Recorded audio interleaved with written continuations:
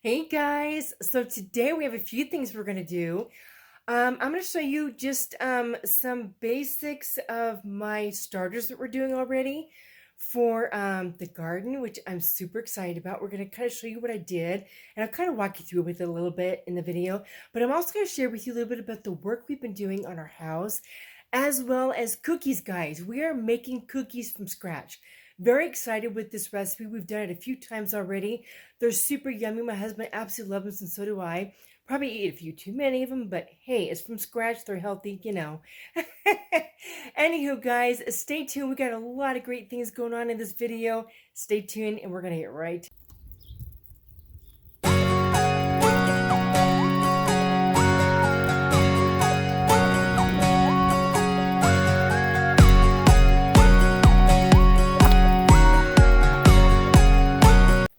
Okay, guys, this has been sitting for the 20 minutes. And I'm going to start loading these up. Now this batch, one batch of these, gives you 16 cookies. The first time I made these, a couple weeks ago, I did the 16.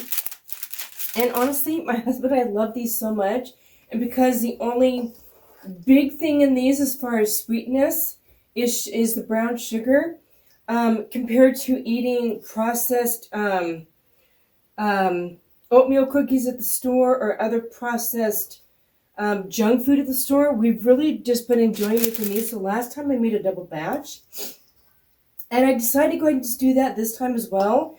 It does make was it 32 cookies, but it'll take us a few days to go through that because we do enjoy these, especially on the weekend. Because it's kind of a new recipe for us, we've been enjoying them probably a little bit too much. But again, because they're so much healthier than the store, I'm honestly okay with that. If this is our only sweet that we're eating throughout the weekend and the week, my husband likes to have a little something with his lunch. These are so perfect for that. So he does have them dinner at lunch, and sometimes we have them with maybe dinner afterwards or something. You know how it goes. Again, I'm so glad that we're eating this instead of the store-bought stuff. We've been buying them at the store. But at our store, a package of 9 or 12 cookies is $6 a batch. That's expensive. $6 for a container of cookies. I just think that that's insane. So I decided to start making them myself.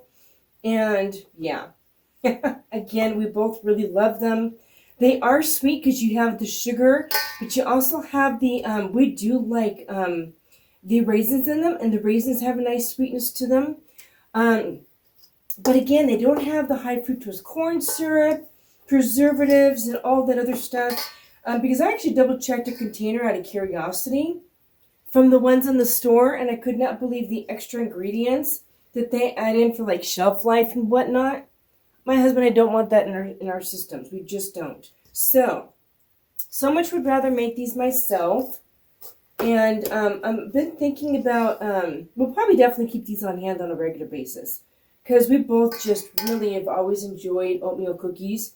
It's just a nice, great snack. And since I know now what my ingredients are in them, I'm okay with keeping these on hand. I'm making these a little bit bigger than what the picture and the recipe calls for. But that's okay. You know, you can make them as big as you want. You can make them as small as you want. Now, this does have to set for 20 minutes after you've made them. That's what the recipe calls for. You blend all the ingredients together, and then you let it sit for about 20 minutes. I obviously do preheat the oven during that time, so that when the oven is all done, and I give it a few extra minutes, it's just about that time to put them together. And they cook for about 10 to 12 minutes. So I kind of do 15 just to kind of round it up. And they've been turning out beautifully. So I am using my hands. Obviously my hands are clean because I don't have, if I had like an ice cream scooper, which I don't because we hardly ever eat ice cream. And the ice cream scooper that I have is flat. If I had one of those ones that, flipped around and rolled it out, that would be great for making cookies like this. So it's a nice round ball, which is what it looked like in the picture. So I'm just using my hands to put this together like this. My husband doesn't care, and it just makes nice, perfect-sized cookies. So you guys tell me in the comments below what your favorite snack is from the store, and whatever your favorite snack is, could you do it homemade? Could you take that snack, find a recipe, and do it homemade so you know what kind of ingredients you have in that snack? Instead of what's on the back of the containers, which is most likely additives and preservatives and food colorings and all that other stuff. And if you have a favorite one, tell me what it is and tell me how often, if you do make it from scratch yourself, how frequently you make it. And if you have kids and a husband, and there are different people in the house that like different things, tell me what you do. Do you make multiple different types of goodies for the different people in your house? Or do you just make like a goodie a week and then just kind of, split up? Hey, we'll do this goodie one week and then we'll alternate them. How do you guys manage that? Like I've mentioned in a previous video, when my kids were younger, we did a lot of baking, but I did all boxed stuff. I did not think about it back then. I mean, my oldest is now almost 31, 32. And back in those days, we really just didn't focus on ingredients much, which I should have. I'm really glad I know about it now. My girls are keeping an eye on that now because, we've talked about it. I've taught them. But back then, there wasn't a focus on ingredients. And I wish I would have thought about it back then.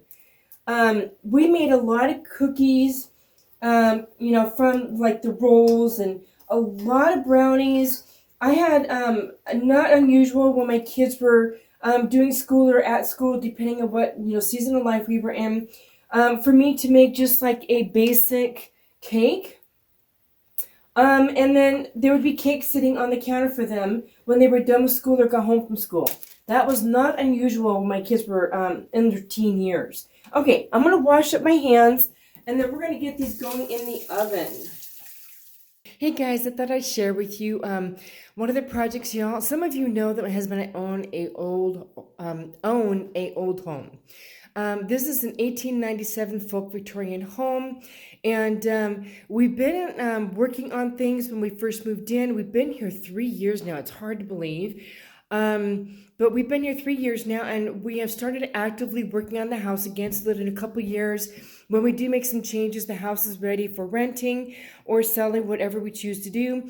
You guys can see this part here. You see this here? That was all over this floor. Hey, Roxy, all over this floor. And I've been working on stripping it up with this this sander and also using this stripper here. And then Dan has been working on walls. We have cracks in our walls. These are not drywall walls. Again, the house was built in 1897. They did walls different back then. So what we're in the process of doing is clearing out the cracked areas and then putting fresh stuff in the cracks, and then obviously we'll redo the walls. We'll, do the, clean that up, and then we'll be painting these rooms all white. But I've been working on the floors here, getting all of this here stripped up and sanded up. And then once we're done with the walls, we'll paint the walls. Obviously, we'll finish, we'll clean this up here. And we just have a few other things to do.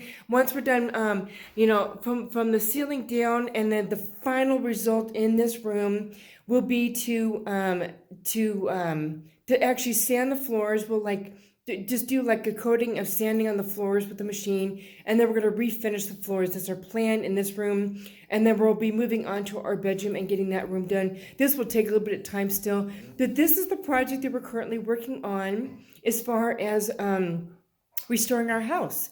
So I'm also going to show you, we used to have our grow tent for our garden in here. We actually took that out. Let me show you what we've done and what we're doing with our plants. Some seedlings that we have started, and there's also some over there. Look out, sweetheart. Good girl. So we've got a few going right now. Dill, thyme, rosemary. We also have some seedlings growing right down there, which you can obviously see are growing really well. Now, these plants are actually unfortunately not doing very well right now because we did have to move our grow tent out here. These were like really vibrant green. It has still been really cold. In fact, we just had another winter storm over the weekend, and it's causing things to die off a little bit, but we do know that once spring really hits and the warmer weather really activates, these plants will be going outside and they will do much, much better. They will revive, they'll come back. I have no doubt. We have an avocado tree that we've been growing for a few years now. And we trim it back every year, and that's doing really well. Avocado tree right there. So yeah, this is so far our seedlings and just kind of prepping a little bit for springtime and the planting season.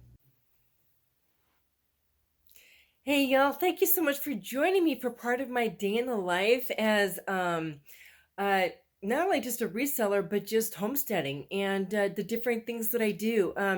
Mainly, I do my reselling in the morning and then researching things in the afternoon, the homesteading in the afternoon, and then other things at night. And yeah, we keep busy here, needless to say. But thank you so much for joining me. I really enjoyed sharing this with you. If you enjoyed this content, please do give it a thumbs up. And do feel free, if there's other types of content, things you'd like me to be making in the kitchen or other things like that, sharing with you. I will eventually be sharing more items with you down the road. I've already got quite a few things in mind. Guys, thank you so much for joining me. Hope you guys are having a wonderful spring season so far already. And we'll see you guys in the next one.